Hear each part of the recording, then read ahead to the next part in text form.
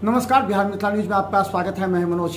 देखिए, आज सुबह से स्वतंत्रता दिवस को लेकर के कई जगह का झंडोत्तोलन हम दिखा रहे हैं। पहले हमने दिखाया दरभंगा के सभी वरीय अधिकारियों के आवास, चाहे एसडीएम, डीएम, एसएसपी, आईजी के साथ एडीएम। उसके अलावा हमने झंडोत्तोलन नेहरू स्टेडियम से दिखाया, जहां की प्रभारी मंत्री मंगल पांडे ने झंडोत्तोलन किया। अभी हम दिखा रहे हैं आपको दरभंगा डीएमसीएच के सुपरिटेंडेंट कार्यालय का झंडोत्तोलन। उन्होंने कहा कि डीएमसीएच विगत कुछ माह में प्रगति और मरीजों के विश्वास पर खरा उतरा है। वहीं दूसरी तरफ डीएमसीएच के प्रिंसिपल डॉक्टर अलका झा ने भी कहा कि अब वो अंतिम उनका झंडोत्तोलन है, लेकिन जो परंपरा उन्होंने अपनाई है वो आगे भी कायम रहेगा। उन्होंने सभी डॉक्टर्स, सभी स्टूडेंट्स और कर्मचारियों को अपने साथ कार्य करने के लिए धन्यवाद दिया और इसके और विकसित होने की कल्पना की। वहीं दूसरा हम बता दें कि बिहार राज्य परिचारिका संघ अनिल सिन्हा के नेतृत्व में भी सैकड़ों की संख्या में परिचारिका एवं सभी कर्मचारियों ने झंडोत्तोलन करते हुए सभी को शुभकामनाएं दी। इसके बाद जीएनएम में भी प्रिंसिपल और वहां तमाम छात्र छात्राओं ने झंडोत्तोलन किया। देखिए एक रिपोर्ट।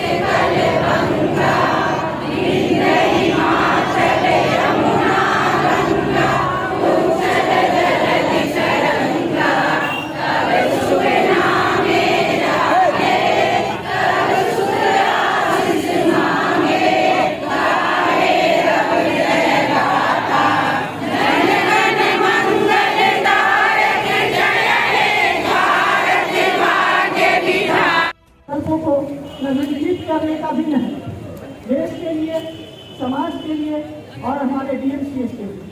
मुझे गर्व है कि इस ऐतिहासिक डीएमसीएच के शताब्दी वर्ष में अधीक्षक के रूप में मुझे सुपर स्पेशलिटी बिल्डिंग के प्रांगण में पहली बार तिरंगा फहराने का अवसर मिला। यह प्रधानमंत्री स्वास्थ्य सुरक्षा योजना के अंतर्गत भारत सरकार और बिहार सरकार के सहयोग से बना है, जिसके लिए मैं आभार प्रकट करती हूँ। साथियों, स्वतंत्रता के बाद भारत ने एक लंबा सफर तय किया है। आज हम एक सशक्त राष्ट्र के रूप में उभरे हैं, जो न केवल आर्थिक और सामाजिक बल्कि सामरिक दृष्टि से भी पूरी दुनिया के सामने उदाहरण बनकर खड़ा है। हाल ही में संपन्न ऑपरेशन सिंदूर ने हम सबके भीतर गर्व और आत्मविश्वास की नई लहर पैदा की है। आज भारत विश्व की चौथी सबसे बड़ी अर्थव्यवस्था है और तेजी से तीसरे स्थान की ओर अग्रसर है। हम भी इस विकास यात्रा के सहभागी हैं। डीएमसीएच में यह संकल्प लेते हैं कि मेक इन इंडिया की भावना के साथ अपने मरीजों को आधुनिक, सुलभ और आत्मनिर्भर चिकित्सा सुविधाएं देंगे। पिछले 7 महीनों में हमने मिलकर कई ऐतिहासिक कदम उठाए। 17 फिजियोथेरापी के आउटडोर और इमरजेंसी सेवाएं स्थापित की गई। 15 अप्रैल को 10 अत्याधुनिक ऑपरेशन थिएटर, जिसमें 4 सर्जरी होती है, 4 ऑर्थो होती, एक बर्न प्लास्टिक और एक सेफ्टी को शुरू किया गया है। 22 अप्रैल को ब्लड बैंक का स्थानांतरण चौथे तल पर और 14 मई को माननीय स्वास्थ्य मंत्री श्री मंगल पांडे जी के द्वारा ओटी एंड ब्लड बैंक का लोकार्पण हुआ। 16 जून को क्लिनिकल पैथोलॉजी के धोबी जात से न्यू सर्जिकल बिल्डिंग में शिफ्ट किया गया एवं प्राचार्य मैडम के सहयोग से एनएमसी लॉन्च के तहत सेंट्रल पैथोलॉजी की शुरुआत की गई। 30 जून को इमरजेंसी टैक्स की व्यवस्था भी शुरू हुई है। इसी बीच एफरेसिस मशीन, लैप्रोस्कोपी, सिग्नेट मशीन और ब्रोंकोस्कोपी सेवाएं शुरू की गई। Bronchoscopy vision 2025 doctor Mohan Paswan के नेतृत्व में डॉक्टर सृजन दास के सहयोग से सफल वर्कशॉप आयोजित 26 जुलाई को किया गया। एक ही छत के नीचे लगभग सभी सुविधा उपलब्ध हो गई है। पुराने इमरजेंसी का डिजिटल एक्सरे भी जल्दी में जल्दी में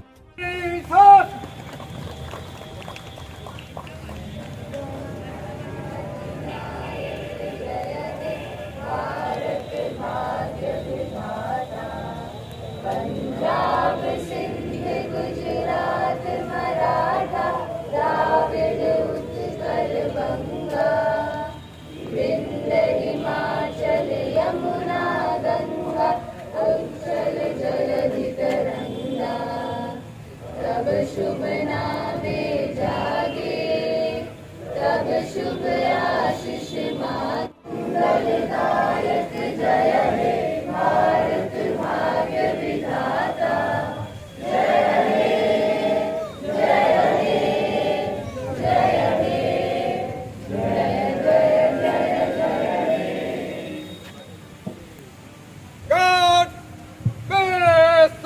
की 79वीं वर्षगांठ मना रहे हैं।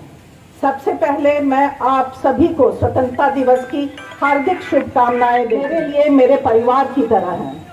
मेरे जीवन के अनेक महत्वपूर्ण वर्ष मैंने इस कॉलेज के साथ बिताए हैं। मैं आप सभी से एक बात विशेष रूप से कहना चाहती हूँ, काम रुकना नहीं चाहिए, चाहे मैं यहाँ रहूँ या ना रहूँ। संस्थान की गति, ऊर्जा और प्रतिबद्धता में कोई कमी नहीं आनी चाहिए। एक बात मैं आज पूरे दिल से कहना चाहती हूँ, मैं जाऊंगी पर मेरा विश्वास, मेरा सपना और मेरी उम्मीदें इस संस्थान के साथ हमेशा रहेंगी। इस संस्थान ने मुझे बहुत कुछ दिया है, सम्मान, अनुभव और एक परिवार। मैंने यहाँ सिर्फ पद पर शिक्षकगण, मेरे सहयोगीगण एवं प्रिय विद्यार्थियों, मैं आप सबका धन्यवाद करती हूँ कि आपने मुझे इस जिम्मेवारी को निभाने में पूरा सहयोग दिया, चाहे वह समर्थन के रूप में हो या आलोचना के रूप में। मैं आलोचना को भी उतना ही महत्व देती हूँ क्योंकि वह मुझे और बेहतर काम करने के लिए प्रेरित करती है। आप सबों के सहयोग से हमारे कॉलेज में इस वर्ष कुछ सकारात्मक बदलाव हुए हैं और कुछ हम सभी लाने की कोशिश कर रहे हैं। सबसे पहले हम सभी ने देखा कि छात्रों की कक्षा में उपस्थिति धीरे धीरे सुधर रही है, पर यह और भी बेहतर हो सकती है। हम सभी को यह समझना होगा कि यह सिर्फ एक औपचारिकता नहीं है, बल्कि हमारे बच्चों के भविष्य की नींव है। दूसरा, इस वर्ष हमने आप सभी के सहयोग से परीक्षा को निष्पक्ष और